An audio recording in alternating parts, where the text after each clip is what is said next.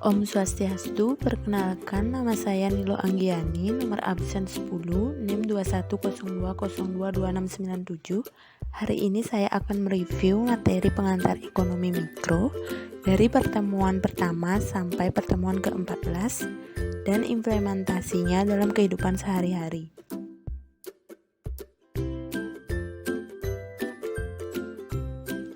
Adapun materi yang akan saya review yaitu yang pertama konsep ilmu ekonomi, yang kedua masalah-masalah ekonomi dan sistem perekonomian, yang ketiga pola kegiatan suatu perekonomian, yang keempat mekanisme pasar permintaan, yang kelima prinsip dan kaidah mekanisme penawaran, yang keenam harga keseimbangan pasar, yang ketujuh konsep elastisitas, yang kedelapan teori perilaku konsumen, yang kesembilan teori produksi, yang ke-10 teori biaya produksi, yang ke-11 pasar persaingan sempurna, yang ke-12 pasar monopoli, yang ke-13 pasar oligopoli, dan yang terakhir yaitu pasar persaingan monopolistik.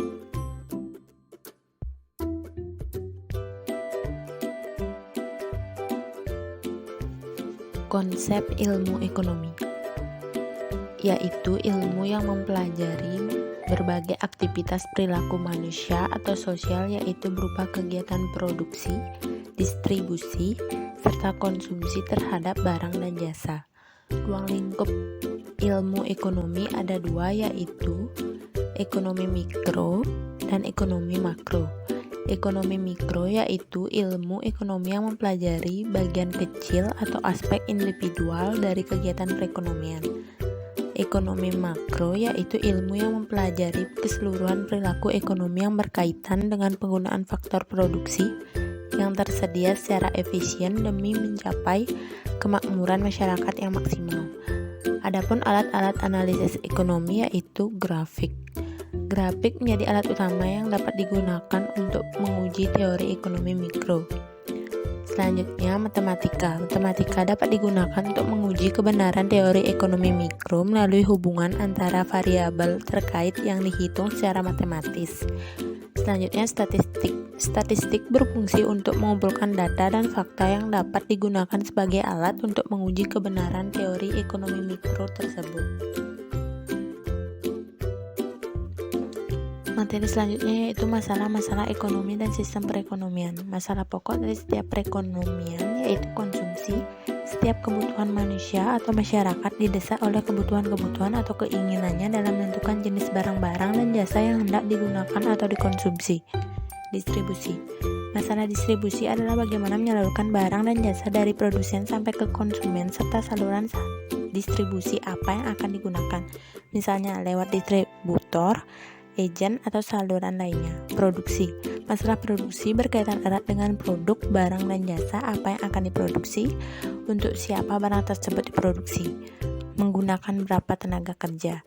Dalam kegiatan produksi tidak terlepas dari cara penggunaan bahan mentah, peralatan atau modal, tenaga kerja, dan teknologi yang menentukan kapasitas produksi atau kemampuan memproduksi barang dan jasa. Pertumbuhan. Masalah pertumbuhan ekonomi menyangkut pertambahannya pendapatan nasional, diantaranya bertambahnya pendapatan atau masyarakat. Pertumbuhan jumlah berkaitan erat dengan kelangsungan hidup manusia. Pokok permasalahannya adalah bagaimana kehidupan ekonomi berjalan terus-menerus dengan sumber daya alam yang semakin berkurang, sementara pertambahan penduduk dan kebutuhan masyarakat terus meningkat. Adapun jenis-jenis sistem perekonomian ada 4, yaitu yang pertama sistem ekonomi tradisional, yang kedua sistem ekonomi sosialisme, yang ketiga sistem liberal, yang terakhir yaitu sistem campuran.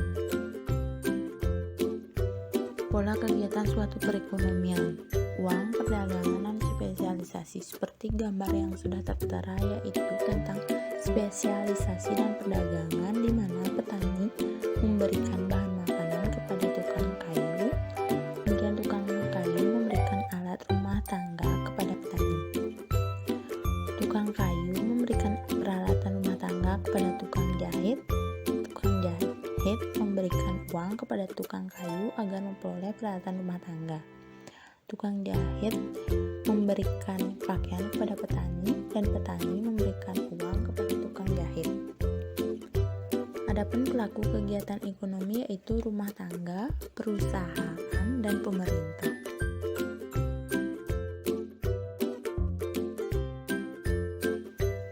Mekanisme pasar permintaan. Penentu-penentu permintaan. Permintaan seseorang atau sekelompok masyarakat terhadap suatu barang ditentukan oleh banyak faktor. Di antara faktor-faktor tersebut yang terpenting adalah yang pertama harga barang itu sendiri, yang kedua harga barang lain yang berkaitan erat dengan barang tersebut, yang ketiga pendapatan rumah tangga dan pendapatan rata-rata masyarakat, yang keempat corak distribusi pendapatan dalam masyarakat, yang kelima cita rasa masyarakat, yang keenam jumlah penduduk, yang ketujuh ramalan mengenai keadaan di masa yang akan datang. Hukum permintaan. Bunyi hukum permintaan yaitu ketika suatu barang atau jasa turun, maka jumlah permintaan akan naik. Sebaliknya, saat harga barang yang diminta naik, maka permintaan akan turun. Prinsip dan kaidah mekanisme penawaran. Penawaran dalam ilmu ekonomi adalah banyaknya barang atau jasa yang tersedia dan dapat ditawarkan oleh produsen kepada konsumen pada setiap tingkat harga selama periode waktu tertentu. Penawaran adalah satu dari dua indikator penentu pasar bersama dengan permintaan. Semakin tinggi harga barang atau jasa, maka semakin tinggi pula barang atau jasa yang ditawarkan. Produsen atau pedagang akan memasok produk lebih banyak ketika harga cenderung mengalami kenaikan. Penentu penawaran yang pertama yaitu ada harga barang, yang kedua ada jumlah produsen, yang ketiga ada jumlah harga dan barang substitusi, yang keempat ada bencana alam, yang kelima ada biaya produksi, yang keenam intervensi pemerintah atau pajak, yang ketujuh teknologi, yang kedelapan perkiraan harga di masa mendatang. Harga keseimbangan pasar. Harga keseimbangan pasar terbentuk karena adanya proses tawar-menawar antara penjual dan pembeli. Harga terbentuk atas kesepakatan kedua belah pihak. Dalam ekonomi, harga keseimbangan ini biasanya terjadi saat pembeli menurunkan harga dan penjual menaikkan harganya. Hal ini terus terjadi hingga akhirnya ada harga yang disepakati. 3 cara untuk menunjukkan keadaan keseimbangan atau equilibrium adalah yang pertama dengan contoh angka, yang kedua dengan menggunakan kutub permintaan dan penawaran, yang ketiga menentukannya secara matematik.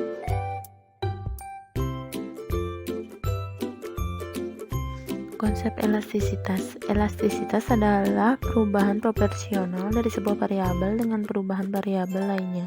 Dengan kata lain, elastisitas mengukur seberapa besar kepekaan atau reaksi konsumen terhadap perubahan. Elastisitas permintaan terjadi ketika harga suatu barang atau jasa berpengaruh besar terhadap permintaan konsumen. Jika harga turun sedikit, konsumen akan membeli lebih banyak. Jika harga naik sedikit, mereka akan berhenti membeli sebanyak mungkin dan menunggu harga kembali normal. Elastisitas penawaran terjadi sangat bergantung pada jumlah faktor, yaitu yang pertama ketersediaan barang, yang kedua banyaknya produsen yang memproduksi barang tersebut, dan yang ketiga inovasi teknologi. Teori perilaku konsumen. Menurut Kotler dan Keller 2008, perilaku konsumen adalah studi bagaimana individu, kelompok, dan organisasi memilih, membeli, menggunakan, dan menempatkan barang, jasa, ide, atau pengalaman untuk memuaskan keinginan dan kebutuhan mereka. Pendekatan perilaku konsumen dibagi menjadi 2, yaitu yang pertama, pendekatan kardinal, yaitu kepuasan konsumsi diukur dengan satuan ukur dan menggunakan alat analisis marginal utility. Dan yang kedua, pendekatan ordinal, yaitu kepuasan konsumen diukur dengan angka ordinal atau relatif dan menggunakan alat analisis indifferent curve. Teori produksi. Fungsi produksi adalah menunjukkan sifat hubungan antara faktor-faktor produksi dan tingkat produksi yang dihasilkan. Faktor-faktor produksi antara lain tenaga kerja, tanah, modal, keahlian, kewirausahaan. Teori produksi satu faktor. Teori produksi yang sederhana menggambarkan tentang hubungan di antara tingkat produksi suatu barang dengan jumlah tenaga kerja yang digunakan untuk menghasilkan berbagai tingkat produksi barang. Menurut analisis ini, satu-satunya faktor produksi yang dapat diubah adalah tenaga kerja. Faktor-faktor lain seperti modal, tanah, teknologi, dan lain-lain bersifat tetap. Teori biaya produksi. Konsep biaya. Sebuah perusahaan dengan sejumlah output tersebut tentunya mendahului bisnisnya dengan mengadakan sejumlah input bagi proses produksinya hingga output tersebut terwujud. Input tersebut diperoleh dari pasar faktor produksi dengan sejumlah pengeluaran tertentu. Pengeluaran tersebut disebut dengan biaya produksi, yaitu semua pengeluaran yang dilakukan oleh perusahaan untuk memperoleh faktor-faktor produksi dan bahan-bahan mentah yang akan digunakan untuk menciptakan barang-barang yang diproduksikan perusahaan. Jenis-jenis biaya ada dua, yaitu biaya eksplisit dan biaya implisit. Pasar persaingan sempurna. Pasar persaingan sempurna adalah suatu kondisi pasar di mana terdapat penjual atau perusahaan dan pembeli dengan barang yang diperdagangkan bersifat homogen atau sama, dan penjual atau perusahaan tidak memiliki kebebasan dalam menentukan harga. Karena kondisi tersebut, pihak penjual dan pembeli dalam pasar persaingan sempurna tidak mempunyai kemampuan untuk mempengaruhi harga pasar. Harga produk yang muncul merupakan hasil kesepakatan dan interaksi antara permintaan dan penawaran. Ciri-ciri pasar persaingan sempurna yaitu banyaknya penjual dan pembeli, penjual tidak bisa mengendalikan harga, produk yang diperjualbelikan bersifat homogen, kebebasan membuka dan menutup pasar, baik penjual dan pembeli memiliki pengetahuan tentang pasar. Pasar monopoli. Pasar monopoli adalah suatu bentuk pasar di mana hanya terdapat satu perusahaan saja yang menghasilkan barang yang tidak mempunyai barang pengganti yang sangat dekat. Ciri-ciri pasar monopoli yang pertama yaitu pasar monopoli adalah industri satu perusahaan. Yang kedua, tidak mempunyai barang pengganti yang mirip. Yang ketiga, tidak terdapat kemungkinan untuk masuk ke dalam industri. Yang keempat, dapat mempengaruhi penentu harga. Faktor penyebab terbentuknya monopoli yaitu memiliki sumber daya yang unik. Yang kedua, dapat menikmati skala ekonomi. Dan yang ketiga, kekuasaan monopoli diperoleh melalui peraturan pemerintah. Pasar oligopoli. Pasar oligopoli adalah pasar yang hanya terdiri dari beberapa produsen saja. Jika hanya dua perusahaan disebut dengan duopoli. Ciri-ciri pasar oligopoli yang pertama, menghasilkan barang standar maupun barang yang berbeda coraknya. Yang kedua, kemampuan menentukan harga ada kalanya kuat, ada kalanya lemah. Yang ketiga, pada umumnya memerlukan promosi atau iklan. Barang yang dihasilkan dibagi menjadi dua, yaitu barang standar dan barang berbeda corak. Barang standar yakni banyak dijumpai pada industri oligopoli yang menghasilkan bahan mentah atau misal aluminium, dan bahan baku misal semen, bahan bangunan. Barang berbeda corak atau differentiated product pada umumnya dijumpai pada industri yang menghasilkan barang akhir seperti rokok dan sampo. Pasar persaingan monopolistik. Pasar persaingan monopolistik adalah pasar dengan banyaknya para konsumen yang menghasilkan suatu komoditas yang berbeda-beda, dan bisa disebut juga sebagai pasar yang adanya banyak penjual yang menghasilkan satu jenis barang dengan banyak produk yang berbeda-beda dalam hal kualitas, bentuk, dan juga ukuran produk tersebut. Karakteristik pasar persaingan monopolistik yaitu yang pertama, adanya banyak penjual. Yang kedua, produksi barang lebih bersifat berbeda-beda. Yang ketiga, perusahaan memiliki sifat kekuasaan dalam mempengaruhi harga. Yang keempat, pemasukan industri relatif lebih mudah diperoleh. Yang kelima, persaingan promosi penjualan yang sangat aktif. Implementasi. Untuk implementasi dalam kehidupan sehari-hari, saya mengambil dari materi teori produksi, di mana faktor-faktor produksi itu sendiri ada tenaga kerja, tanah, modal, keahlian, kewirausahaan. Contohnya, di dalam suatu perluasan produksi pertanian dapat dilakukan dengan menambah faktor produksi tenaga kerja untuk menggarap sebidang tanah. Dengan begitu, hasil yang diperoleh akan meningkat. Peningkatan hasil ini akan berjalan terus hingga mencapai kombinasi faktor-faktor produksi yang paling tepat, yakni pada waktu diperoleh tambahan hasil yang tertinggi. Jika hal ini sudah tercapai, maka penambahan tenaga kerja selanjutnya justru akan mengakibatkan penambahan hasilnya jadi semakin menurun atau bahkan tidak memberikan hasil sama sekali dan akhirnya menjadi negatif. Untuk lebih jelasnya bisa dilihat pada tabel teori produksi dengan penambahan satu faktor. Pada tabel tersebut dapat diketahui bahwa jumlah output atau total product memang mengalami pertambahan sebagai akibat dari bertambahnya jumlah tenaga kerja. Akan tetapi, hasil lebihnya atau marginal product tidak selalu sebanding.